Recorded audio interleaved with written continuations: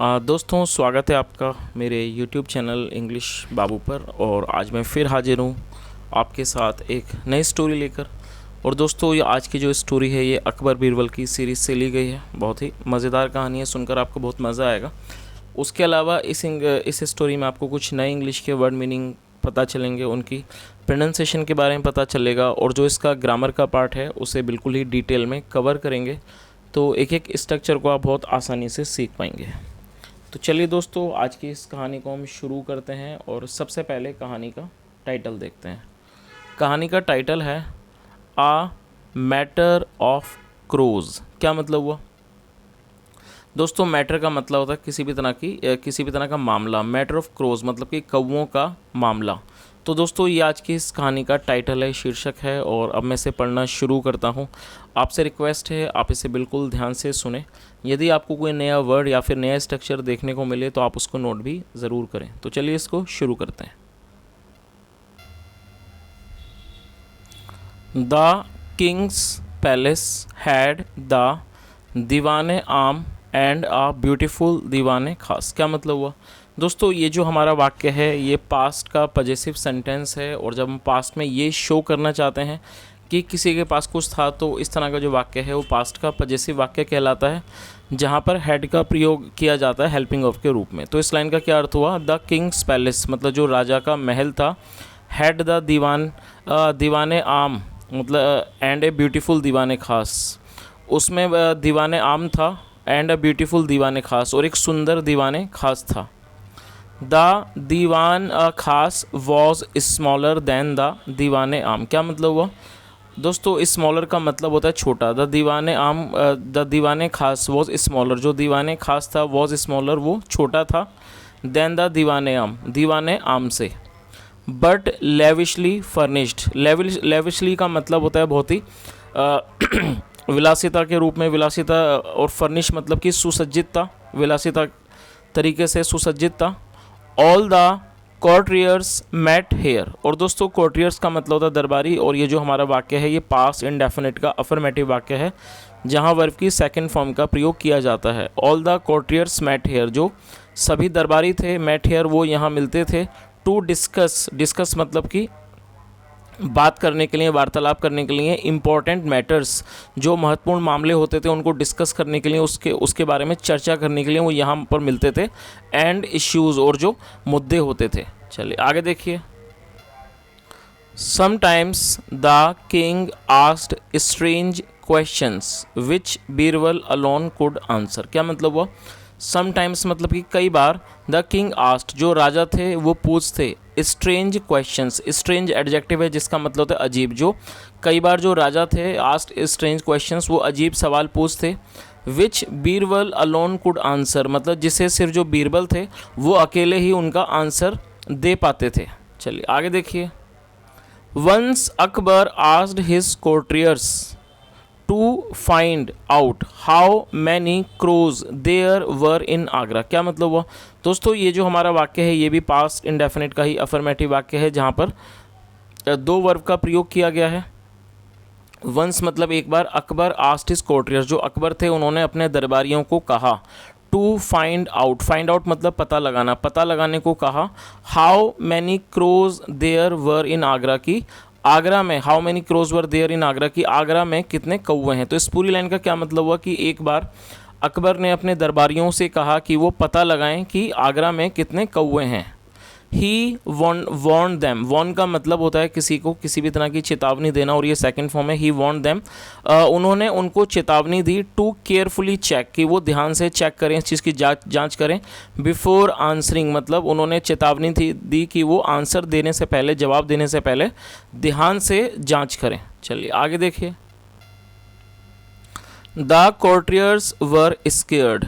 क्या मतलब हुआ दोस्तों? ये जो हमारा वाक्य है ये सिंपल पास्ट का वाक्य है, जब किसी भी वाक्य में वॉज या वर्ब का प्रयोग किया जाता है और साथ में कोई भी नाउन या फिर एडजेक्टिव को लेकर वाक्य बनाया जाता है, तो इस तरह का जो वाक्य है वो सिंपल पास्ट का वाक्य कहलाता है, जहाँ पर किसी भी तरह की वर्ब का प्रयोग नहीं किया जाता है। और स्केयर्ड का मतलब होता है डरे हुए या फिर भयभीत होना। द कोर्टियर्स वर स्केयर्ड, जो दरबारी थे वो डरे हुए थे, भयभीत थे। Nobody knew the number. और दोस्तों ये नो की सेकंड फॉर्म है जिसका मतलब होता है किसी बारे में पता होना, जानना। Nobody knew the number of crows in the city, मतलब कोई भी नहीं जानता था the number of crows in the city, मतलब कि कौओं की जो संख्या थी शहर में उस बारे में नहीं जानता था। तो इस पूरी लाइन का क्या मतलब हुआ, nobody knew the number of crows in the city, किसी को भी शहर में जो कौओं की जो संख्या थी उसके बारे में नहीं पता था। चलिए आगे देखिए।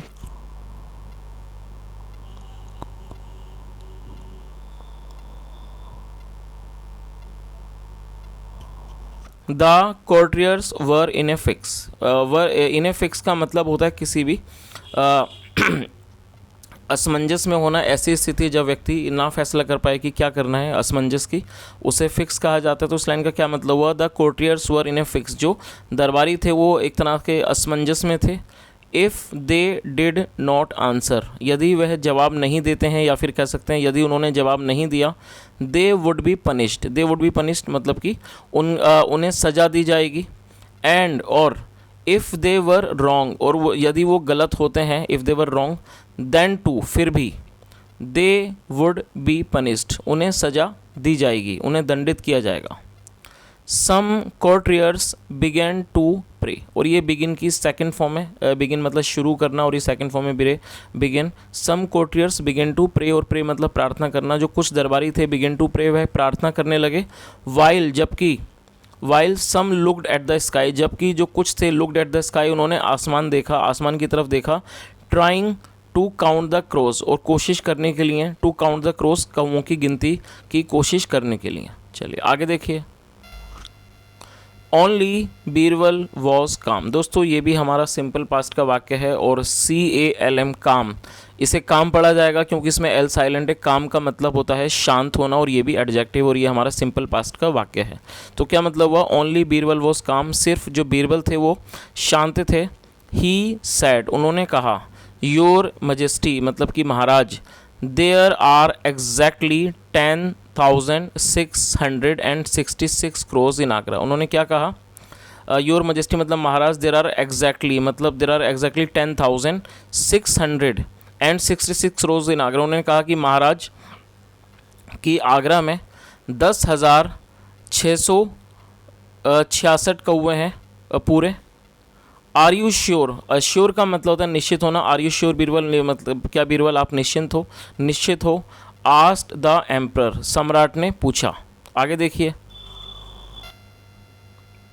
We shall have the crows counted to make sure that this number is correct, क्या मतलब हुआ, we shall have the crows counted, जो जब हम ऐसा कोई वाक्य बनाते हैं जहां हम ये शो करना चाहते हैं कि कोई व्यक्ति किसी क्रिया को खुद ना करके किसी और से करवाता है, तो इस स्ट्रक्चर का यूज़ किया जाता है। तो इसका क्या मतलब हुआ, we shall have the crows counted मतलब हम कौओं की गिनतियों को, हम कौओं की गिनती करवाएंगे। To make sure, to make sure मतलब इस चीज़ को सुनिश्चित करने के लिए, पक्का करने के लिए, दैट की दिस नंबर इज़ करेक्ट, कि ये जो नंबर है, ये जो आंकड़ा है इस करेक्ट, वो करेक्ट है, वो ठीक है। चलिए आगे देखिए। बाय ऑल मीन्स, मीन्स का मतलब होता है साधन। बाय ऑल मीन्स मतलब सभी साधनों से, your majesty Maharaj. Said Birbal, Birbal ने कहा कामली मतलब कि शांति से। तो इस पूरी लाइन का क्या मतलब हुआ कि उन्होंने क्या कहा, बाय ऑल मीन्स सभी साधनों से महाराज, सेड बीरबल कामली, कामली ने शांति से कहा। तो दोस्तों इस चीज़ का आप मतलब समझ ही गए होंगे, जब अकबर ने ये कहा, राजा अकबर ने ये कहा कि हम कौओं की गिनतियों को करवाएंगे, इस चीज़ को सुनिश्चित करने के लिए कि जो आंकड़ा बताया गया, जो नंबर बताया वो ठीक है। तो जो बीरबल थे उन्होंने बड़ी ही शांति से कहा कि ठीक है, बाय ऑल मीन्स मतलब सभी साधनों से महाराज आप ऐसा करवा सकते हैं। बट लेकिन आई can not be sure, I can not be sure लेकिन मैं बिल्कुल निश्चित नहीं हो सकता हूँ, दैट की ऑल द क्रोज की जो सारे कौवे हैं, I can not be sure that all the crows will remain in Agra till the counting is over. दोस्तों रिमेन का मतलब होता है बने रहना, किसी अवस्था में बने रहना उसे रिमेन कहा जाता है। तो बीरबल ने क्या कहा कि आई कैन नॉट बी श्योर मतलब मैं इस चीज़ से निश्चिंत नहीं हो सकता कि all the crows will remain in Agra, की जो सारे कौवे हैं रिमेन इन आगरा, वो आगरा में बने रहेंगे till the counting is over, जब तक काउंटिंग जो है पूरी नहीं कर ली जाती है। तो उन्होंने ऐसा कहा कि मैं इस बारे में निश्चित नहीं हो सकता कि जो सारे कौवे हैं वो आगरा में ही रहेंगे कि जब तक गिनती ना कर ली जाए। Many may visit their friends and relatives in Delhi. क्या मतलब हुआ दोस्तों, इस वाक्य में मे का प्रयोग किया गया है और मे का प्रयोग जब किया जाता है जब हम कोई भी ऐसा वाक्य बनाएं जहां वाक्य के अंदर हम किसी भी तरह का डाउट या फिर कोई संदेह, कोई शक दिखाना चाहते हैं, तो वहाँ पर मे का प्रयोग कर सकते हैं हेल्पिंग वर्ब के रूप में। तो क्या मतलब हुआ, मैनी मतलब जो कई हैं, मे विजिट मतलब वो शायद जाएं या दौरा करें, देयर फ्रेंड्स अपने दोस्तों का, एंड रिलेटिव्स और अपने रिश्तेदारों का, इन दिल्ली में। तो उन्होंने क्या कहा कि जो ऐसे कई सारे मतलब कि कौवे हो सकते हैं जो शायद अपने दोस्तों के और रिश्तेदारों के घर जाएं इन दिल्ली में। Then there will be less crows, फिर क्या होगा, there will be less crows मतलब कि कम कौवे होंगे। Then the number I gave you मतलब then the number I gave you मतलब उससे जो नंबर मैंने आपको दिया। तो इस लाइन का मतलब दोस्तों समझ ही आ गया होगा आपको कि जो बीरबल थे उन्होंने क्या जवाब दिया कि भाई मैं इस चीज़ से निश्चित नहीं हो सकता कि जो गिनती कि जो कौवे हैं वो आगरा शहर में ही रहेंगे जब तक गिनती नहीं हो जाती, क्योंकि जो उनमें से कई हैं जो शायद अपने दोस्तों के पास और रिश्तेदारों के पास दिल्ली जाएं उनसे विजिट करने, विजिट मतलब उनसे मिलने। Then there will be less crows then the number I gave you, फिर क्या होगा कि there will be less crows कम कौवे होंगे उससे जो नंबर मैंने आपको दिया। चलिए आगे देखिए।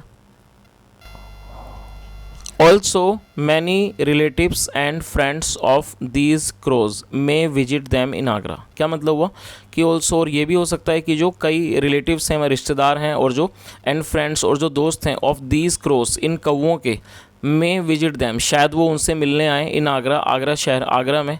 सो इसलिए it might increase the number, तो शायद ये नंबरों को, इस संख्या को इंक्रीज़ कर दे, बढ़ा दे।